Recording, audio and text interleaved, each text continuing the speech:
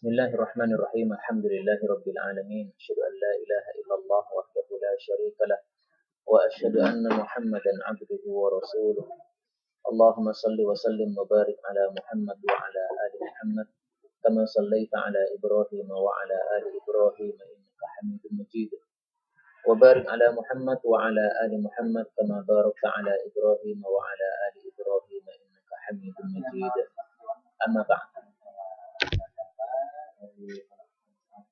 Kemarin kita sudah membahas tentang syarat-syarat nahi mungkar, yaitu syaratnya ada 3 yang paling inti. Dan syarat yang pertama adalah bahwasanya kita harus mengetahui bahwa perkara yang akan kita ingkari itu adalah perkara yang mungkar. Karena itu sebagai kelanjutan terhadap syarat yang pertama ini, maka pada malam hari ini kita akan membahas tentang beberapa kemungkaran yang kita mulai dari diri kita sendiri, yaitu kemungkaran-kemungkaran atau kesalahan-kesalahan lebih tepatnya yang biasa kita dapatkan di masjid-masjid kita, masjid-masjidnya umat Islam. Maka judul materi kita pada malam hari ini adalah Akhtaul Masajid, artinya adalah kesalahan-kesalahan di dalam masjid.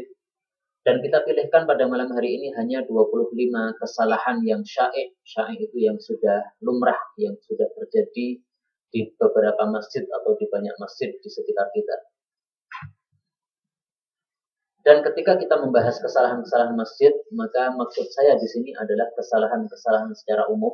Ada yang bersifat haram, ada yang hanya bersifat makruh saja, ya, tidak sampai kepada derajat haram. Langsung kita mulai saja, karena waktu kita terbatas sekitar 45 menit. Ya, masalah yang pertama, atau kesalahan yang pertama, adalah as-salatu bil malabisir rabi'ah. Melakukan sholat dengan pakaian yang jelek. Ini termasuk kemungkaran yang ada di masjid kita. Kenapa melakukan sholat dengan pakaian yang jelek ini termasuk kemungkaran? Karena ini menyalahi apa yang sudah diajarkan oleh Allah Subhanahu wa taala dalam Al-Qur'an. Saya sebutkan dalilnya di sini, ya bani Adam, wahai anak manusia. Ini panggilan kepada seluruh manusia, anaknya Nabi Adam alaihi salatu wassalam. Khudhu zinatakum, ambillah perhiasan kalian, inda pada setiap kulli masjid, setiap masjid, maksudnya setiap sholat. Ayat ini menyuruhkan kita supaya zina, ya, berhias pada saat kita melaksanakan sholat, yaitu memakai baju yang layak. Nah, baju yang layak itu tentu saja disesuaikan dengan adat kita. Ya. Maka kalau misalnya di Indonesia itu baju yang layak itu misalnya ya memakai baju takwa, ya. Tidak memakai kaos saja, apalagi kaos oblong, itu tidak sesuai dengan ayat ini. Khudhu zinatakum inda kulli masjid. Ini pada surat Al-A'raf ayat yang ke-31. Demikian juga yang termasuk dianggap tidak bagus di dalam sholat oleh para ulama, itu adalah sholat tanpa peci, tidak memakai kopiah, itu kurang bagus. Apalagi kata ulama, sholatnya sholat jamaah. Maka lebih penting lagi kita untuk memakai peci itu. Sehingga di masa ulama-ulama salaf zaman dulu, kalau ada orang yang sholat tanpa peci, itu diingkari, tidak dibiarkan. Tapi kalau zaman sekarang sudah dibiarkan, karena sudah wajar. Ya sebenarnya nggak pakai peci nggak ada masalah, tapi mestinya rambutnya dirapikan. Ya. Tapi lebih baik lagi, kalau dengan memakai peci, maka itu lebih sempurna lagi. Karena berarti kita termasuk berhias yang sempurna di hadapan Allah Subhanahu wa ta'ala. Baik. Kemudian kesalahan yang kedua, al-khuruj minal masjid ba'dal adzan. Keluar dari masjid setelah mendengar adzan. Jadi ada orang duduk-duduk di masjid, kemudian ketika terdengar adzan tidak ikut salat jamaah, malah keluar dari masjid. Ini kemungkaran. Dalilnya apa? Disampaikan oleh Abu Hurairah radhiyallahu taala anhu sebagaimana diriwayatkan oleh Imam Muslim. Jadi suatu saat pada salat asar Abu Hurairah mendengar adzan. Beliau waktu itu berada di masjid bersama para sahabat-sahabatnya. Begitu ada adzan, maka ada satu orang yang keluar dari masjid, tidak ikut salat jamaah. Maka Abu Hurairah melihat orang itu sampai dia keluar dari masjid, dibuntuti terus dengan matanya. Jadi lihat kemana dia pergi. Nah, kemudian Abu Hurairah berkomentar, amma hadza, adapun orang ini, faqad aswa Abul Qasim, dia sudah bermaksiat kepada Abul Qasim, dan Abul Qasim itu adalah Nabi Muhammad sallallahu alaihi wasallam. Para ulama mengatakan boleh seseorang itu setelah mendengar adzan dari masjid keluar, tapi apabila ada sebabnya atau alasannya. Ya mungkin keluarnya untuk wudhu karena belum wudhu, ya. Gak ada masalah. Wudhu keluar kemudian balik lagi ke masjid untuk salat jamaah. Atau mungkin dia adalah sebagai imam di masjid yang lain, maka dia keluar dari masjid yang dia duduk-duduk di situ untuk pergi ke masjid yang dia akan menjadi imam di sana. Gak ada masalah, insya Allah. Karena ini termasuk keadaan darurat atau keadaan yang diperlukan dia untuk keluar dari masjid tersebut, maka nggak ada masalah, tidak termasuk kesalahan. Kesalahan yang ketiga, al-ihdatsu fil masjid, buang angin di masjid, ngentut di masjid. Jadi buang angin itu semestinya di masjid itu dijaga, artinya jangan dilepaskan begitu saja, dilepaskan secara puas gitu ya, dibunyikan apalagi, nah, itu tidak sopan. Apa dalilnya? Apakah ada dalil yang melarang kita atau minimal menunjukkan bahwasanya buang angin di masjid itu sesuatu yang tidak baik? Ada dalilnya. Dalam hadis yang sahih, Nabi Shallallahu Alaihi Wasallam menilai bahwasanya berhadas di dalam masjid itu melakukan gangguan. Nah, melakukan gangguan itu kan berarti kan sesuatu yang tidak baik. Mari kita lihat hadisnya di dalam layar. Disebutkan hadis yang diriwayatkan oleh muttafaqun alaih, ya, Bukhari dan Muslim. Nabi Shallallahu Alaihi Wasallam bersabda, apabila ada seseorang yang duduk di masjid setelah sholatnya, maka tusalli al malaikatu alaihi, malaikat itu mendoakan orang tadi. Madama fi majlisihi, selama dia itu masih berada di tempat duduknya, maksudnya masih berada di dalam masjid. Alladhi yusalli fihi, yang dia itu sholat di dalam masjid. Yaquluna, malaikat itu mendoakan dengan 3 doa. Allahumma ighfir lahu, ampuni dia. Allahumma arhamhu, ya Allah rahmati dia. Allahumma tub alaihi, terimalah taubatnya. Tapi syaratnya apa? Ma lam yu'dhi fihi, selama orang itu belum memberikan gangguan padanya. Au yu'dhi fihi, atau dia itu belum berhadas padanya. Dalam riwayat yang lain tanpa kata-kata au, ya. Jadi ma lam yu'dhi fihi, selama dia itu tidak membuat gangguan di masjid itu. Malam yuhdith fihi, yaitu selama dia belum berhadas di masjid itu. Jadi buang angin di masjid atau hadas di masjid itu disebut oleh Nabi yuhdith, ya, membuat gangguan. Gangguannya kepada siapa? Ya. Mungkin di masjid nggak ada orang, dia kentut sendirian di dalam masjid itu dengan bunyi yang keras. Ya. Siapa yang terganggu? Kan nggak ada. Maka jawabnya adalah bahwasanya di masjid itu juga ada malaikat. Maka malaikat itu juga suka kepada tempat-tempat yang baik, ya, termasuk masjid. Apalagi kalau ada orang yang sholat di dalamnya, maka pasti malaikat akan mendekat kepadanya. Nah, maka orang yang kentut di dalam masjid itu sama dengan sudah mengganggu para malaikat yang ada di situ. Apa dalilnya? Bahwasanya malaikat itu terganggu dengan kentut yang dikeluarkan oleh seseorang yang ada di dalam masjid. Nabi Shallallahu Alaihi Wasallam bersabda, Innal malaikata, sesungguhnya para malaikat itu tata'adza, yaitu terganggu, mimma yata'adza minhu banu Adam, dari sesuatu yang anak Adam itu terganggu darinya, alias bau-bau yang tidak enak. Bau yang tidak enak itu kata Nabi ada athum, ya, baunya bawang. Jadi orang habis makan bawang mentah, kemudian dia berbicara, maka keluar dari mulutnya ini bau yang nggak enak. Ini malaikat terganggu. Al-basol, ya, bawang merah. Kalau athum bawang putih, al-basol bawang merah. Maksudnya yang masih mentah, ya. Karena kalau sudah dimasak kemudian campur dengan sayur, maka insya Allah nggak ada masalah, tidak ada baunya. Tapi kalau itu dimakan secara mentah, nah, maka ini ada gangguannya. Demikian juga al-qurraf, ya, ini bawang bombay atau yang sebagainya. Maka kata Nabi, fala yaqrabanna masjidana, jangan dia itu mendekati masjid-masjid kami. Jadi harus dibersihkan dulu mulutnya, baru boleh masuk ke dalam masjid. Nah, demikian juga kalau kita berada di dalam masjid, maka jangan kita kemudian buang angin, ya, karena itu akan mengganggu malaikat-malaikat yang ada di dalam masjid. Silahkan buang angin tapi dijaga, ya, artinya jangan dilepasin begitu sehingga akan mengganggu para malaikat yang ada di dalam. Dan kesalahan yang keempat, at-tabrir wa i'lanul aza fil mik, tabrir dan pengumuman lelayu dengan mik. Pengumuman lelayu dengan mik, ya. Ini kata seorang syekh dari Mesir yang namanya adalah Syekh Mahmud Al-Misri. Waalaikumsalam, silakan. bahwa pengumuman lelayu dengan mic ini dilakukan pada manatik rifiyah, di tempat-tempat pedesaan. Kalau di tempat perkotaan sudah tidak ada lagi. Seperti di Solo saya sudah tidak mendapatkan lagi. Tapi di tempat-tempat pedesaan ya mungkin seperti di Klaten yang bagian desa atau di Seragen bagian desa itu masih kadang-kadang ditemukan seperti itu. Bahkan di Mesir itu juga ada seperti itu. Maka kata beliau, al-masjid lam yuj'al lihada. Masjid itu tidak diciptakan, tidak dibangun untuk seperti ini. Dan tidak pernah ada pengumuman lelayu dengan naik mimbar atau dengan naik menara masjid di masa Nabi Shallallahu Alaihi Wasallam. Kan mengumumkan secara wajar saja, nggak ada masalah. Selesai sholat jamaah diumumkan ya bagi para jamaah, mari kita sholat jenazah karena ada yang wafat, nggak ada masalah. Tapi kalau memakai mic sebagaimana yang tersebar di Indonesia dengan teriak-teriakan, ya, bahkan diulangi sampai 3 kali, maka demikian itu tidak ada dasarnya dan itu dianggap sebagai kemungkaran oleh para ulama-ulama kita, dan itu dianggap kemungkaran karena masjid itu diciptakan tidak untuk seperti itu.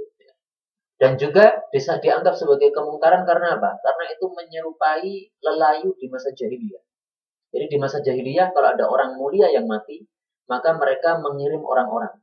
Dikirim naik ke menara bagian sana, dikirim naik ke menara bagian sana lagi. Jadi di sudut-sudut kota, di bagian tempat-tempat yang tinggi, naik ke menara, kemudian teriak-teriak. Nah kalau kita melakukan pengumuman lelayu dengan mic, dengan keras-keras seperti itu tadi, itu menyerupai mereka. Maka inilah dasarnya kenapa para ulama menganggap sebagai sebuah kesalahan atau kemungkaran. Dan kita mempunyai beberapa kitab, judulnya adalah akhta'ul masajid dan sebagainya, kesalahan-kesalahan yang ada di dalam masjid. Nah, perkara ini termasuk yang disebutkan di sana. Sehingga karena kita bukan ulama, marilah kita manut sama ulama saja. Ulama mengatakan ini kemungkaran, sudah kita anggap kemungkaran juga, ya maka jangan diadakan di masjid-masjid kita. Apalagi kita di sini di FPI, ya, Front Pembela Islam, yang terkenal dengan nahi mungkar. Nah, jangan sampai kemudian malah melakukan kemungkaran itu sendiri. Adapun tabrir, tabrir itu apa? Ya, tabrir itu adalah membacakan ayat-ayat Al-Quran pada saat terjadi kematian. Yang sebagaimana tersebar di Indonesia. Ya. Kalau ada yang mati, maka disetel murotal nyanyian Al-Quran. Ya. Jadi bacaan-bacaan yang dengan nada-nada nyanyian ya. Al-Quranul Karim. Sebenarnya membaca Al-Quran itu baik, tapi jangan diletakkan bacaan Al-Quran itu sebagai tanda orang mati. Ya. Karena nggak ada dasarnya seperti itu. Silahkan untuk baca Quran kapan saja silahkan. Tapi jangan jadikan Al-Quran sebagai, atau bacaan Al-Quran sebagai tanda ada orang mati. Karena itu tidak ada dasarnya sama sekali. Dan itu dianggap oleh para ulama-ulama kita sebagai kemungkaran. Nah, kenapa hal itu disebut tabrir? Karena ternyata kalau di Mesir maupun di tempat-tempat yang lain, kalau di Indonesia saya nggak tahu. Karena yang dibacakan pada saat kematian orang itu biasanya adalah ayat ini. Innal abrar, di dalam surat Al-Insan ayat yang kelima. Innal abrar yashrabuna min ka'sin kana mizajuha kafura. Sesungguhnya orang-orang yang baik itu yashrabun, mereka minum min ka'sin, dari gelas, kana mizajuha kafura, yang campurannya itu adalah dari kafur. Ya, kafur ini adalah sebuah minuman yang sangat lezat di jannah sana, yang disebut sebagai kafur. Nah, maka karena yang biasa dibaca adalah ayat ini, ada kata-kata al-abror, maka al-abror ini kemudian diambil nama tabrir. Ya. Itulah yang dianggap sebagai kemungkaran oleh para ulama-ulama kita. Sekali lagi, saya tidak menghalangi orang membaca Al-Quran, silahkan memperbanyak bacaan Al-Quran, tapi hormatilah tilawatul Quran, jangan dijadikan sebagai tanda orang mati. Ya. Karena itu berarti melecehkan Al-Quran. Ya, itu dianggap sebagai sesuatu tanda saja. Sehingga biasanya ketika ada orang mati, kemudian dibunyikan bacaan Al-Quran, yang lain-lainnya pada ngobrol. Tidak ada yang mendengarkan. Ini melecehkan Al-Quran. Kesalahan yang kelima, tasamurun nas bihadithid dunya fil masjid. Ngobrol tentang masalah dunia di dalam masjid. Nah, ini termasuk kesalahan. Masjid itu artinya adalah tempat sujud, jadi tempat ibadah. Maka jangan ngobrolkan dunia di dalam masjid. Kalau mau ngobrolkan masalah dunia, keluar dulu dari masjid. Karena tempatnya bukan di masjid. Masjid itu ngobrolkan dakwah, silakan. Ngobrolkan masalah agama, silakan. Nah, sehingga kalau ada kajian tentang duit, nah itu jangan di masjid. Kajian tentang bisnis, jangan di masjid. Kajian tentang ilmu agama, itu di masjid. Tapi kalau masalah bisnis, jangan di masjid. Di dalam riwayat Hasan al-Basri yang mursal, riwayatnya Imam Baihaqi, bahwasanya membicarakan dunia di dalam masjid itu termasuk tanda kiamat. Nah, kata-kata tanda kiamat ini menunjukkan sesuatu yang tidak baik. Ya. Karena apa? Karena tanda kiamat, karena kiamat itu terjadi adalah ketika orang-orang yang baik sudah lenyap. Sehingga yang tersisa adalah orang-orang yang jelek saja. Kemungkaran-kemungkaran tersebar, kebaikan-kebaikan sudah punah. Islam hanya dikenal kulitnya saja. Orang hanya kenal Allah saja. Tapi ajarannya Allah Subhanahu wa taala sudah nggak kenal. Nah, itulah terjadi hari kiamat. Nah, maka perkara-perkara yang disebutkan di dalam hadis sebagai tanda-tanda kiamat itu biasanya menunjukkan bahwasanya perkara itu perkara yang tidak baik, yang tidak terpuji. Karena kalau perkara terpuji maka bukan menunjukkan terjadinya kiamat ya, tapi malah sebaliknya. Jadi misalnya ilmu ini ketika masih banyak maka berarti masih barokah dan masih tersebar di kalangan masyarakat, maka ini tidak mendekati hari kiamat. Tapi kalau sudah tersebar kebodohan, maka itulah sudah mendekati hari kiamat. Hadis yang menunjukkan hal itu yaitu dari Hasan al-Basri, hadisnya mursal akan tapi dikuatkan oleh hadis yang lain, hadisnya Ibnu Mas'ud, juga hadisnya Anas bin Malik yang derajatnya sahih untuk Al-Imam Adz-Dzahabi dan juga Al-Imam Al-Hakim rahimahullahu taala. Maka hadis itu bisa dijadikan sebagai dalil atau hujjah. Karena itu kita jangan menciptakan tanda kiamat di dalam masjid-masjid kita. Ngobrol dunia jangan di masjid. Kesalahan yang keenam, raf'us shauti fil masjid, mengeraskan suara di dalam masjid.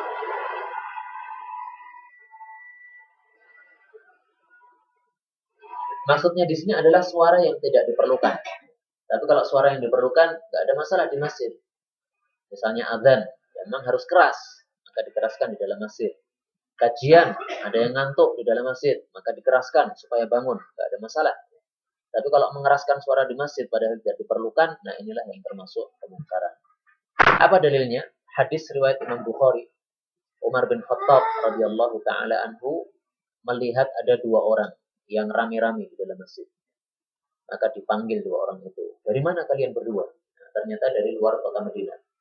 Maka kata Umar bin Khattab, kalau kalian itu dari kota Madinah, maka pasti saya pukul sampai kesakitan. Tapi karena dari luar kota Madinah, berarti belum pada ngaji, maka saya maafkan. Jadi orang yang ada di Madinah, karena sudah ngaji semuanya, maka tidak boleh tidak tahu bahwasanya teriak-teriak atau mengeraskan suara di dalam masjid itu tidak diperbolehkan. Kesalahan yang ketujuh, al-bay' wa syira' fil masjid. Jual beli di dalam masjid. Nah, mungkin zaman sekarang jual beli di dalam masjid mungkin tidak ada. Ya. Atau mungkin ada tapi jarang terjadi. Yang pernah saya lihat itu di bulan Ramadan.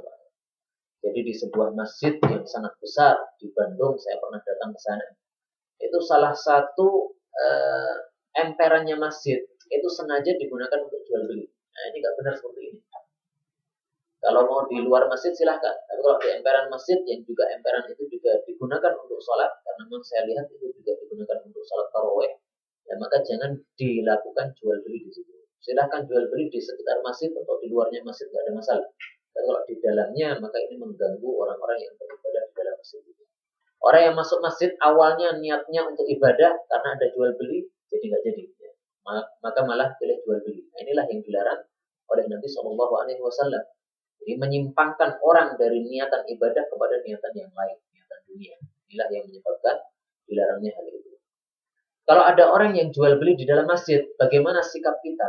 Nabi SAW sudah mengajarkan kita untuk mendoakan orang yang jual beli di masjid itu. Doanya apa? Ini ajaran Nabi SAW. Silahkan lihat di dalam papan. Kalau bisa antum menghafalkan ini dengan bahasa Arab bagus. Tapi kalau tidak bisa, nggak apa-apa. Kita ucapkan dengan bahasa Jawa atau bahasa Indonesia. Hadis ini diriwayatkan oleh Al-Imam At-Tirmidzi dari hadisnya Abu Hurairah. Man ra'aitumuhu, orang yang kalian melihatnya yabi'u au yabta', yaitu menjual atau membeli fil masjid, di dalam masjid, faqulu, maka doakanlah kepada orang itu. La arbahallahu tijaratak, mudah-mudahan jual belimu ini nggak ada untungnya. Kalau dalam bahasa kita mudah-mudahan bangkrut itu jual belimu di dalam masjid.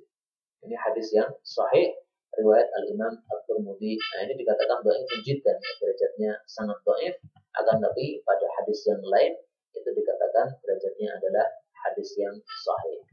Sehingga diriwayatkan dari dua jalur, yang satunya sanadnya sangat dhaif sehingga tidak bisa dijadikan dalil, tapi diriwayatkan dari jalur yang lain dengan jalur yang sahih, maka hadisnya bisa dijadikan sebagai hujjah. Baik, inilah ajaran Nabi Shallallahu Alaihi Wasallam bagi orang yang melihat orang yang sedang jual beli di dalam masjid, maka adalah didoakan seperti ini dalam rangka untuk nahi munkar. Kesalahan yang kedelapan, wad'ul i'lanat at-tijariyah dakhil masjid, menempelkan iklan perdagangan di dalam masjid. Jadi nggak jual beli, tapi menempelkan iklan saja. Itu juga kesalahan. Karena masjid itu tidak digunakan untuk dunia-dunia seperti ini.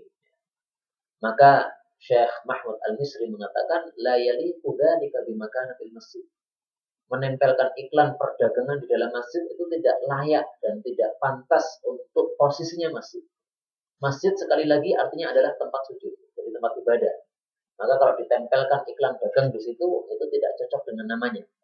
Namanya tempat ibadah kok malah digunakan untuk dagang. Maka inilah letak kesalahannya.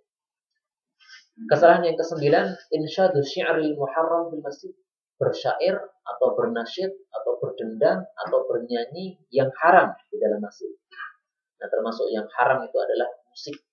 Sehingga kalau mau bernyanyi, maka silahkan di luar masjid, jangan di dalam masjid. Kalau nyanyian itu termasuk nyanyian yang haram, termasuk nyanyian yang disertai dengan musik. Karena masalah musik ini sudah disebutkan oleh Nabi Shallallahu Alaihi Wasallam dalam hadis yang sahih yang disebut sebagai al-ma'azif, alat-alat musik, dan ini termasuk yang diharamkan. Sayakunu fi akhir zaman, akan muncul di akhir zaman nanti khasfun wa qadfun wa maskhun. Ini adalah beberapa bentuk siksaan dari Allah Subhanahu wa taala yang kemarin sudah saya artikan ya. Di khasfun itu adalah terbenamnya bumi ini. Jadi ada sebuah tanah yang longsor ke dalam.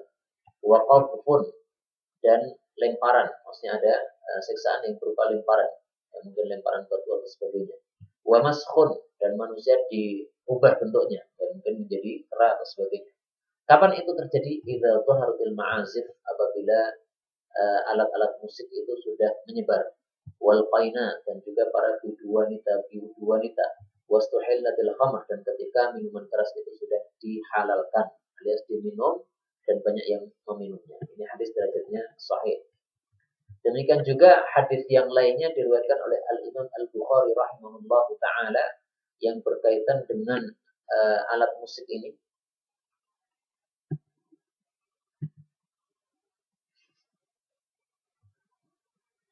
Rasul sallallahu alaihi wasallam bersabda, layakunanna, sungguh akan muncul di ummati, pada umat saya, umat Islam, aqwamun, beberapa kaum, yastahilluna al-khazza, yang mereka itu menghalalkan al-khazza, di dalam riwayat yang lain al-hira, menghalalkan zina, wal harir, dan sutra, maksudnya para laki-laki memakai sutra, itu haram, kalau perempuan enggak apa-apa, wal khamra, dan minuman keras, wal ma'azif, dan alat-alat musik.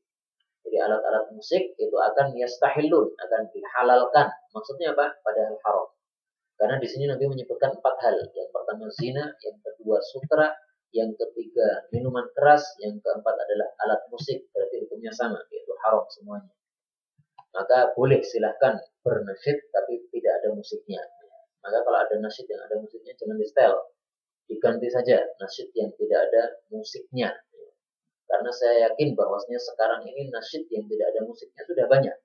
Sehingga ngapain kita harus memilih nasyid yang ada musiknya? Ganti yang tidak ada musiknya.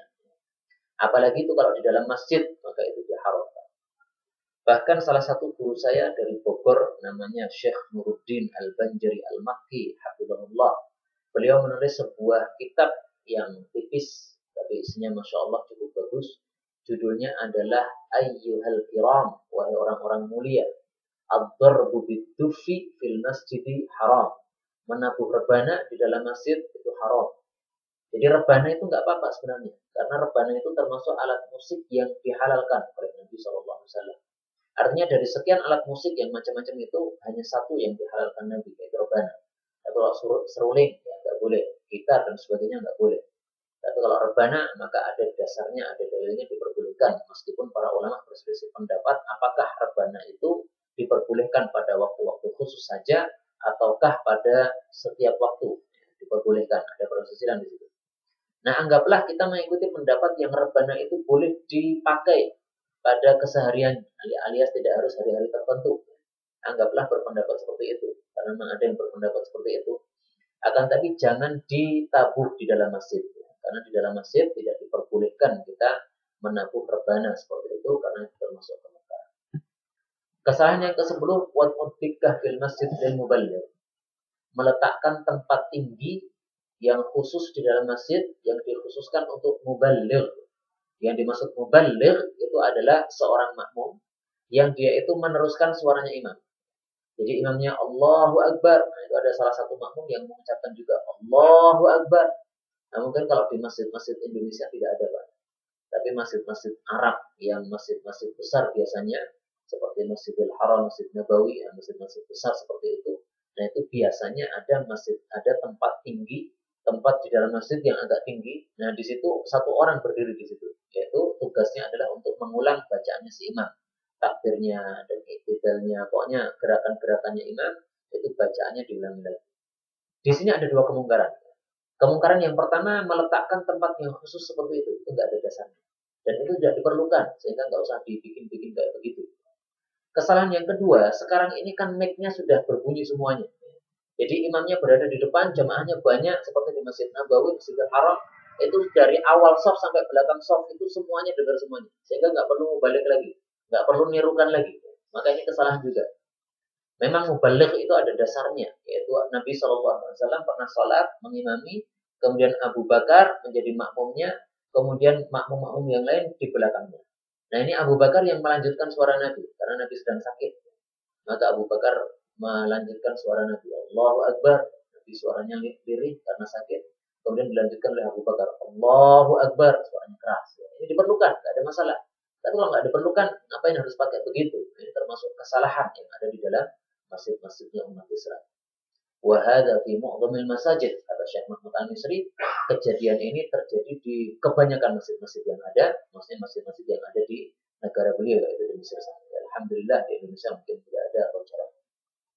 Atau mungkin karena saya nggak tahu. Tapi selama ini di Solo tidak ada seperti itu.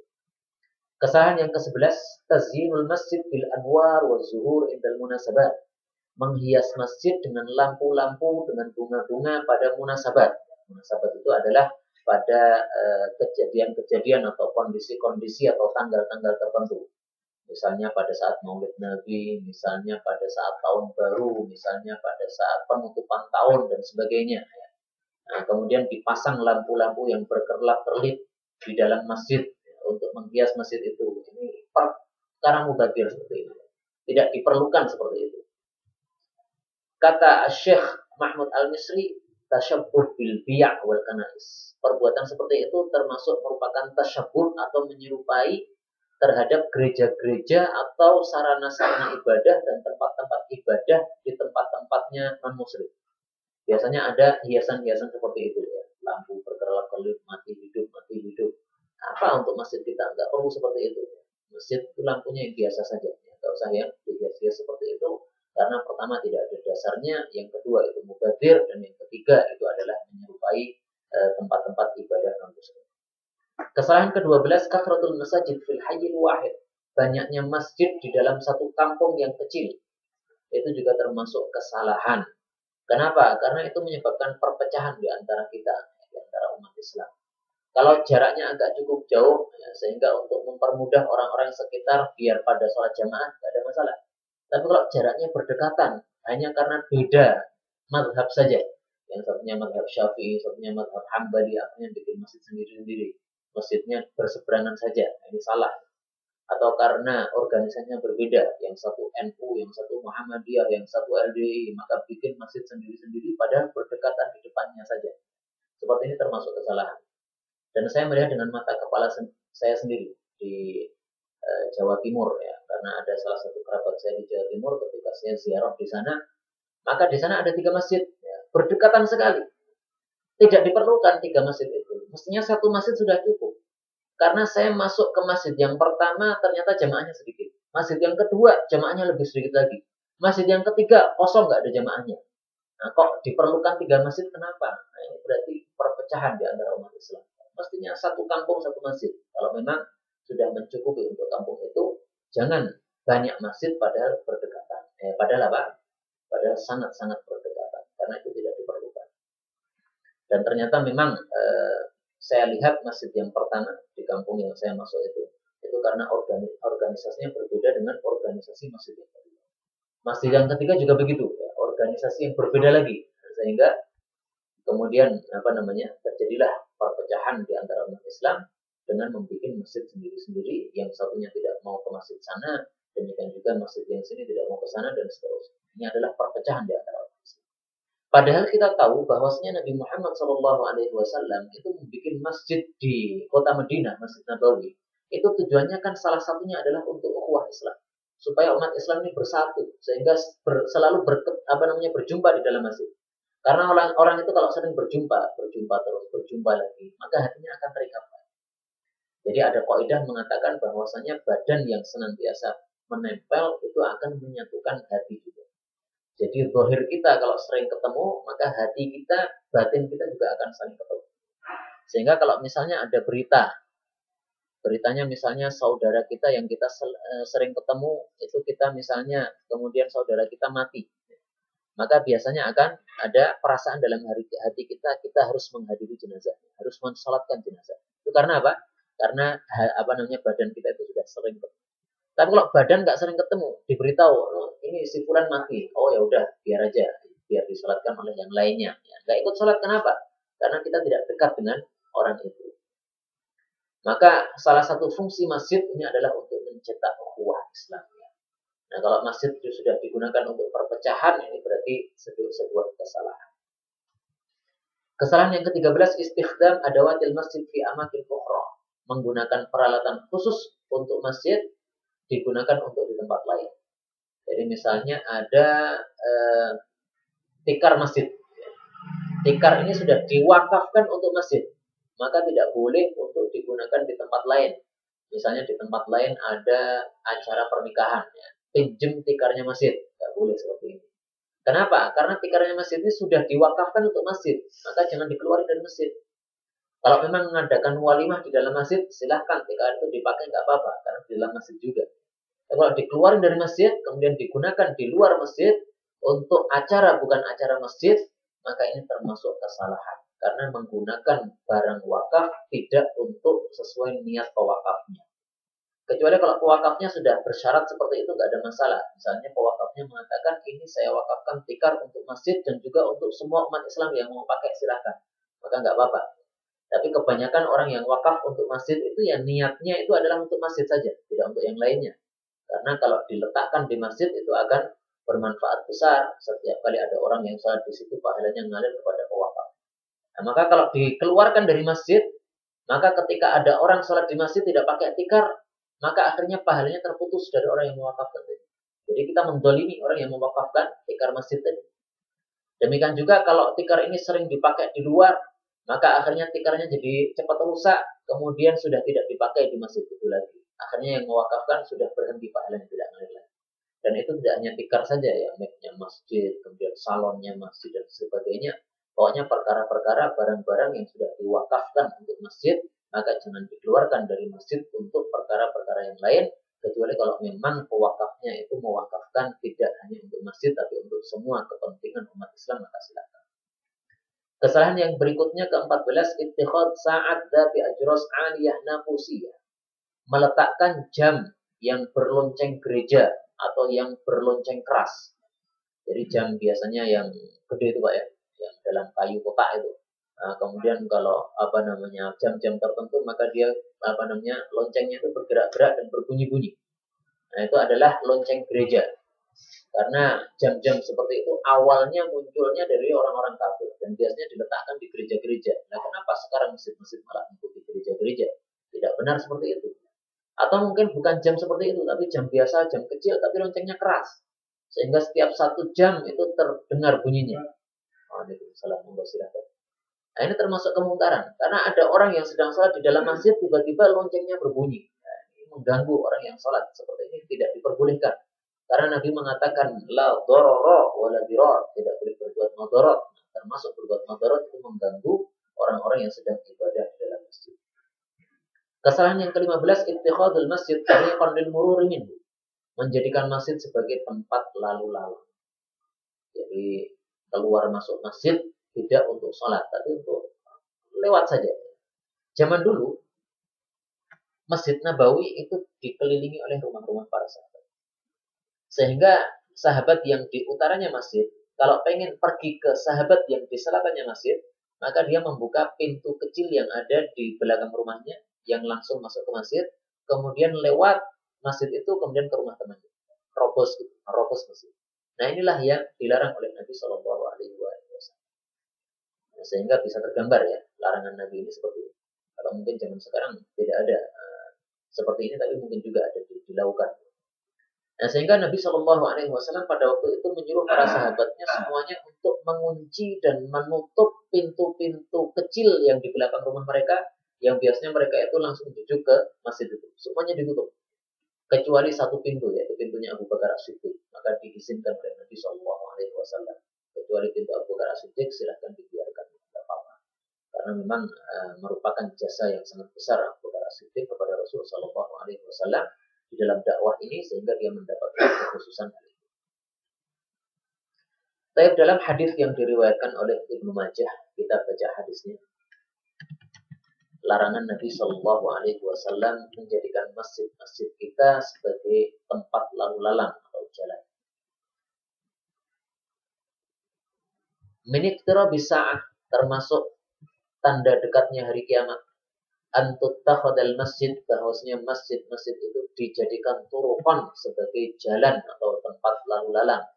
Maksudnya orang masuk tanpa sholat, tanpa ibadah, keluar lagi cuma lewat saja. Wa ayyadhara mautul faj'ah, dan juga tersebarnya mati mendadak. Itu termasuk apa? Tanda hari kiamat. Ini hadis diriwayatkan Tabarani, derajatnya hasan, maka bisa dijadikan sebagai hujjah. Nabi juga mengatakan secara jelas, la tattakhidhu, ini larangan sangat jelas. Janganlah kalian menjadikan al-masajid, masjid-masjid itu turuqan, sebagai jalan, illa lidzikrin, akan tapi jadikanlah untuk berpikir masjid itu. Jadi masuk masjid untuk berpikir, au salatin, atau untuk salat.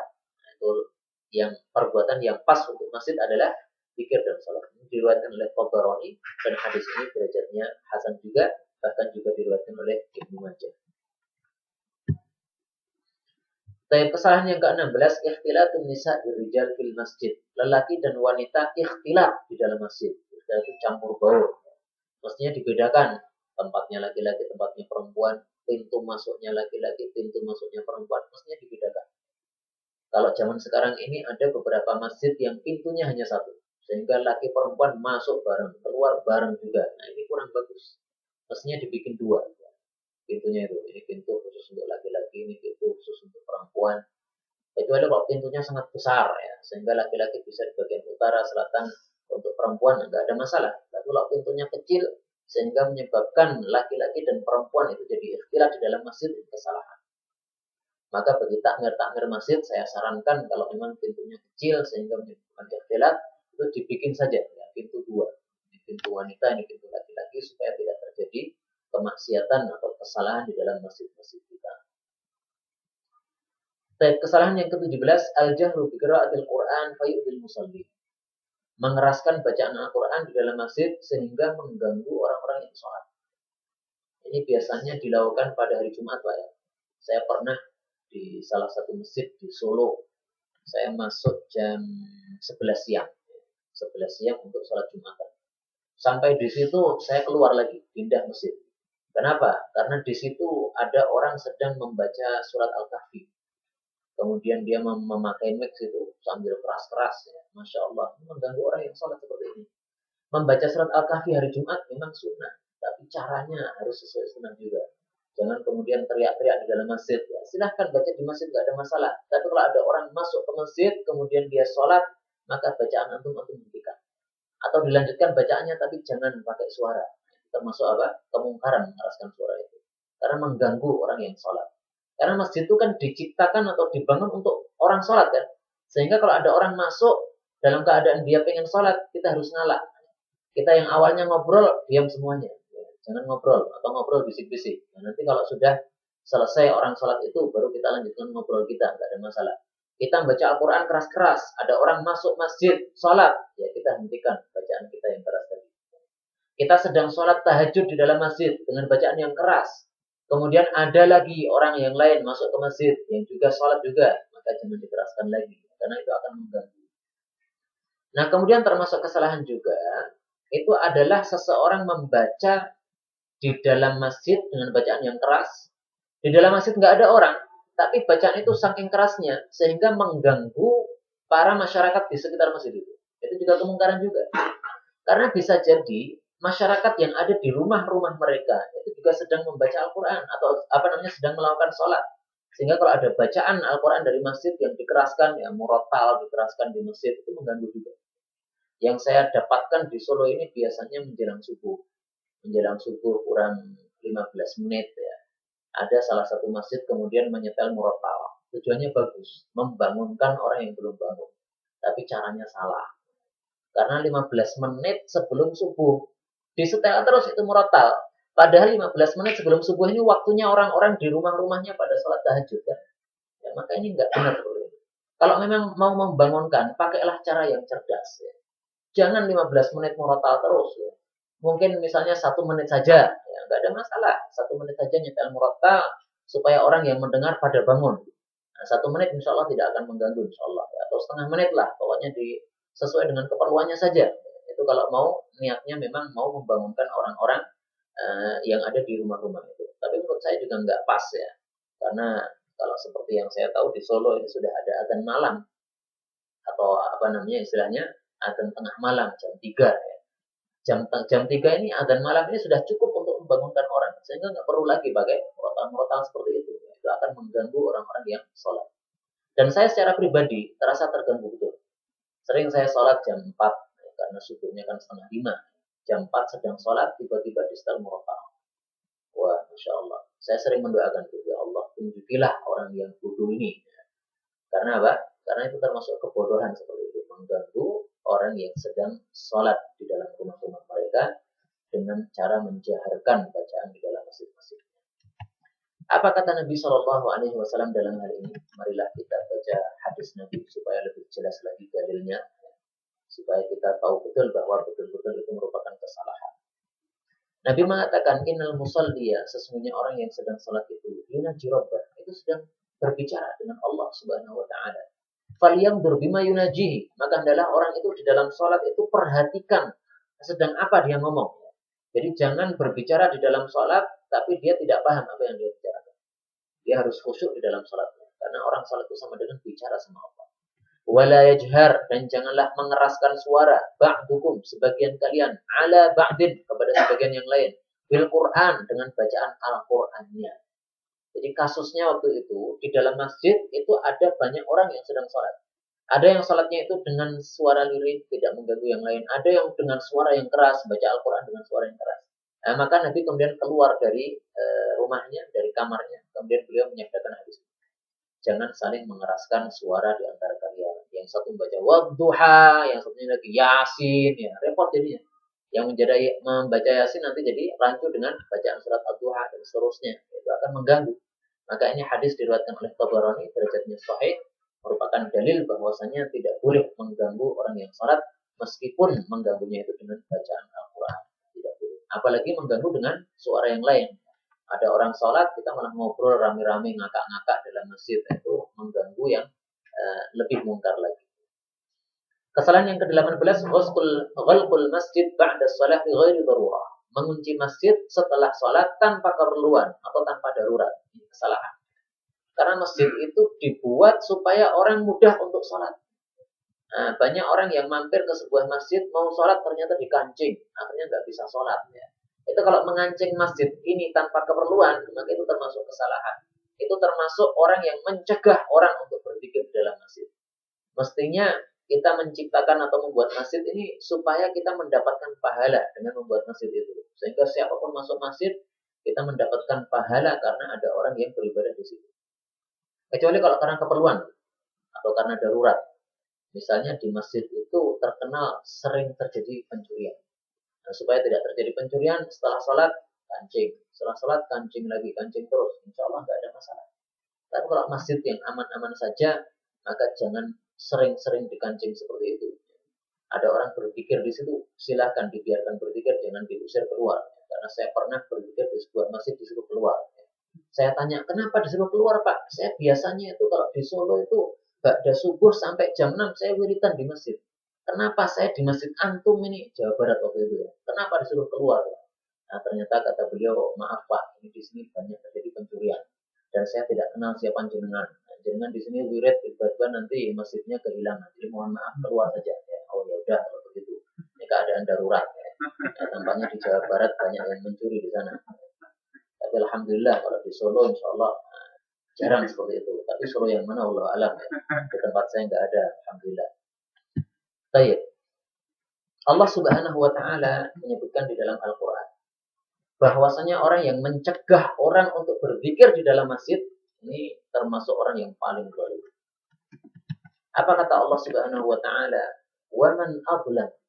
Siapakah yang lebih zalim? Maksudnya tidak ada yang lebih zalim daripada orang yang mana'a masajidallah, mencegah masjid-masjid Allah, ayyuzkara fiha ismuhu, bahwasanya orang berzikir di dalam masjid itu terhadap nama Allah. Ini adalah orang yang paling zalim. Jadi kalau kunci masjid sehingga orang yang mau zikir di dalamnya tidak bisa, ini kan sama dengan mana yang mencegah. Atau orang sedang berzikir diusir suruh keluar, juga mana mencegah seperti ini.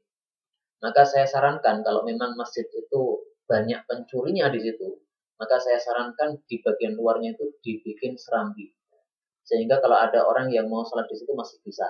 Tidak masuk nggak apa-apa. Yang penting di luarnya ada tempat yang dia bisa sholat di dalamnya, di tempat situ. Maka ada tempat dalamnya yang dikancing, ada tempat luarnya yang dibuka 24 jam sehingga bisa orang sholat di situ secara bebas. Itu lebih baik insya Allah ta'ala.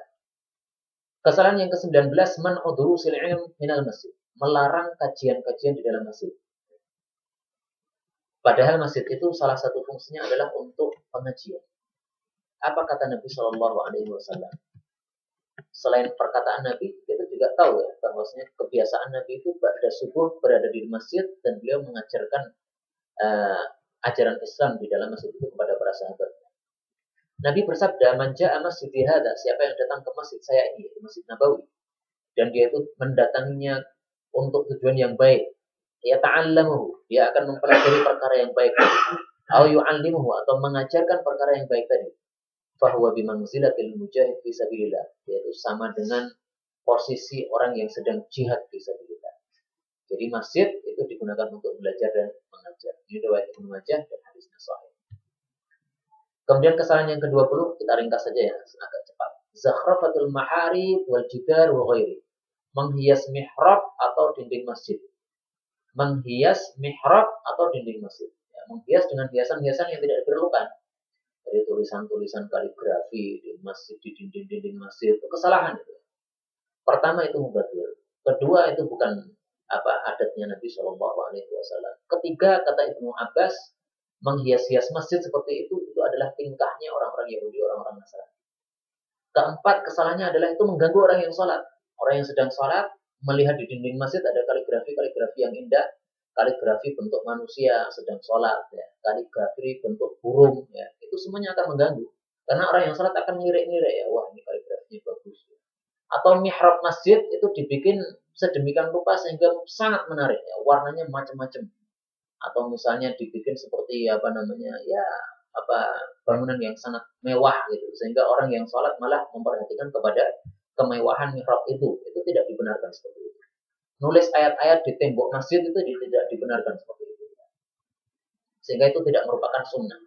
Biasanya kan di dinding-dinding kan ada tulisannya Pak ya, tulisannya bagus sebenarnya ayat-ayat Al-Quran, tapi para ulama mengatakan itu perkara yang makruh, ya, perkara yang dibenci di dalam agama Islam. Menulis asma Allah, asmaul husna, Allah la ilaha illa huwal hayyul qayyum, dan seterusnya itu, atau ayat kursi, itu juga adalah kemungkaran.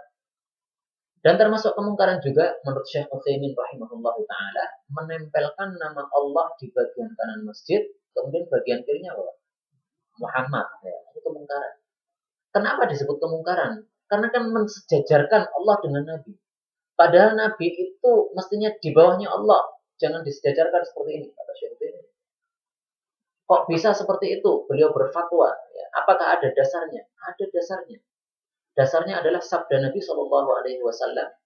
Beliau mengatakan, janganlah kalian itu mengucapkan Masya Allah wa sya'a fulan. Masya Allah wa sya'a fulan. Atau Masya Allah wa sya'a Muhammad. Jangan mengucapkan Masya Allah, apa yang dikehendaki oleh Allah, wa sya'a Muhammad, dan apa yang dikehendaki oleh Nabi Muhammad. Tapi ucapkanlah Masya Allah, ini adalah perkara yang dikehendaki oleh Allah, summa, kemudian sya'a Muhammad, dikehendaki oleh Nabi Muhammad SAW.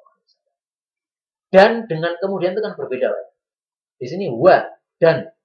Kalau dan itu kan menyetarakan antara Allah dengan Nabi. Tapi kalau summa, kemudian, ini mengurutkan. Setelah Allah dulu, baru kemudian Nabi. Nah, kalau menempelkan tulisan Allah di kanan, tulisan Muhammad di kiri, itu yang sejajar. Ya, ini kan berarti mensejajarkan. Mensejajarkan dalam bentuk ucapan tidak diperbolehkan oleh Nabi, tidak diperbolehkan oleh Nabi. Nah, mensejajarkan Allah dan Muhammad dalam tulisan itu juga sama hukumnya. Karena kita tahu bahwasanya cincinnya Nabi itu kan tulisannya Muhammadun Rasulullah, itu bukan dari atas ke bawah, tapi dari bawah ke atas. Muhammadun di bawah, Rasulu atasnya, Allah atasnya lagi. Jadi tulisan Allah itu di atas, jangan ditaruh di bawah, ya, tidak sopan seperti itu. Maka kalau ada mushaf Al-Quran itu jangan ditaruh di tanah gini, tidak sopan seperti itu. Mushaf Al-Quran taruhkan di atas, taruhkan di atas tas kita, taruhkan di atas meja kita, ya, supaya kita beradab kepada tulisan Allah atau kepada Allah Subhanahu wa Ta'ala atau kepada syiar-syiarnya Allah Subhanahu wa Ta'ala.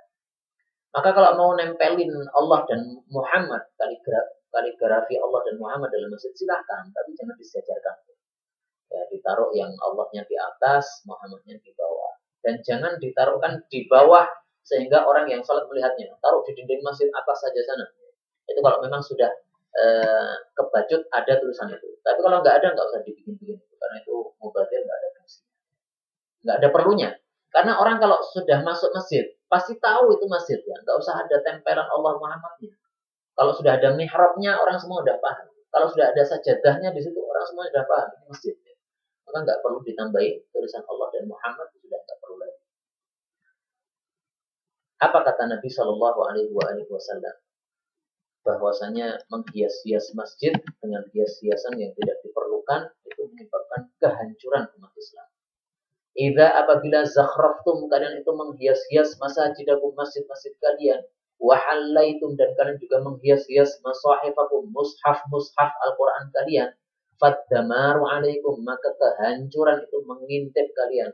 Ini diriwayatkan oleh Al-Imam Al-Hakim At-Tirmidzi di dalam kitabnya Nawadirul Usul, dan hadis ini derajatnya hasan.